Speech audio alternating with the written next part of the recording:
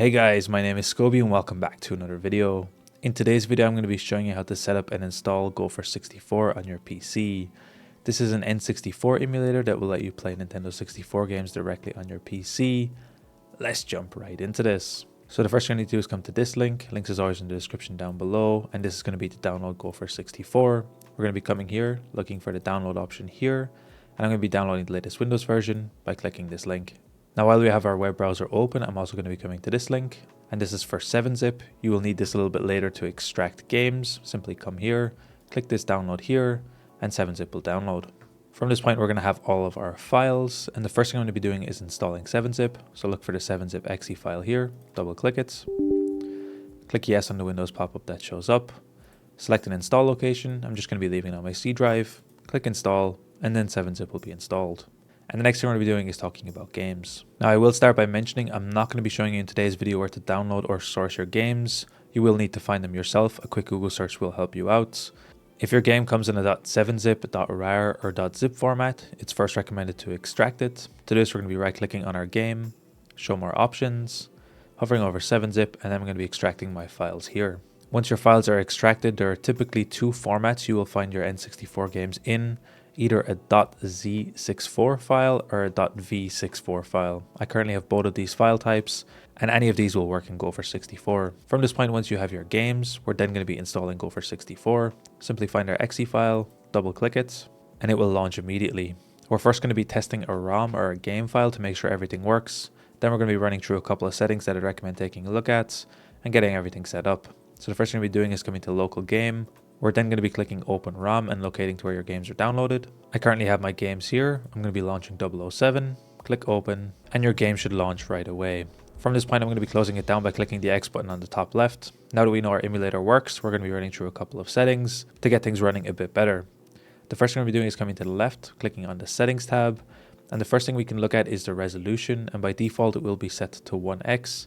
Here you can go all the way up to 8x. This will depend a little bit on the hardware of the system that you're running, but this is the first thing I'd recommend reducing if you are noticing your games are running slow or you are having some issues. I will also mention at the time of recording, Gopher 64 currently only supports the Vulkan renderer, which will mean you'll need a dedicated graphics card in your system. I believe it will work with some integrated graphics, however older ones might not work here. It's currently not possible to set OpenGL as an option, so this is something to keep in mind as well. The next thing we're going to be doing is set up integer scaling, which can help your games look a little bit better. We can set our games to run in full screen, which I am going to be enabling. We'll be able to set up the widescreen option, which will basically force your games to be stretched and run in widescreen. It's not something I like doing by default, but if you would like to do this, you can feel free to enable it. You can apply a CRT shader, which can help your games look more like they would on a real CRT device. My default is to leave these shaders and additional things off. However, if you would like to experiment it, you can do that here. The only other thing I'd recommend looking at is the overclock option. By default, I leave it off. However, you can enable it here. It can cause bugs in certain games, but you can experiment it here if you would like. It is also possible to set up cheats for your games. What you can do is click here, select the ROM that you would like to add cheats for. For example, if you set up GoldenEye, here you can see a list of all the cheats that will be available for this game. This is a really cool option. You can come through here and see what the cheats are. Enable them here by clicking this. You can feel free to select another game by clicking this on the top right, or you can clear cheats for all ROMs. Just something to keep in mind. The next thing we're doing is setting up a controller. To this, we click on controller config here on the top left. Now for this video, I've tested a couple of controllers. The Xbox One, Xbox Series, PS4 and PS5 controller work pretty well. But of course, they will never map one-to-one with what a real N64 controller will do. What we're going to be doing is looking at the port or number of ports that you would like to set up. In today's video, I'm going to be setting up one controller. I can go to port 1, make sure it's enabled. I'm going to be leaving it on the default profile, but we'll take a look at that in a minute. And then finally, I'm going to be selecting the controller that I want to use here, which is my Xbox One controller.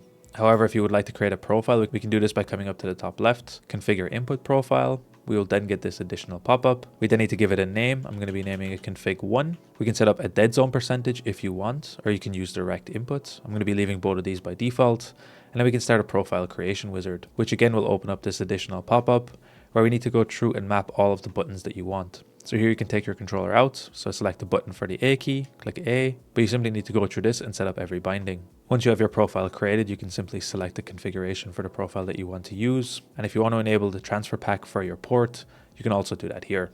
The last thing to mention, although I will not be showing it in today's video, is the Netplay. So one of the cool things about Gopher 64, it's basically the new version of Mupen 64, so it's made a lot of updates and improvements from there.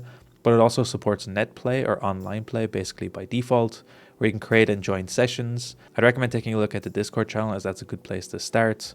It's not going to be something I'm diving in today's video. I just wanted to mention that it is possible, and it is a really cool option for this emulator. Now sadly at the moment there is no way to set up a game directory, so you always need to manually select where your ROMs and game files are.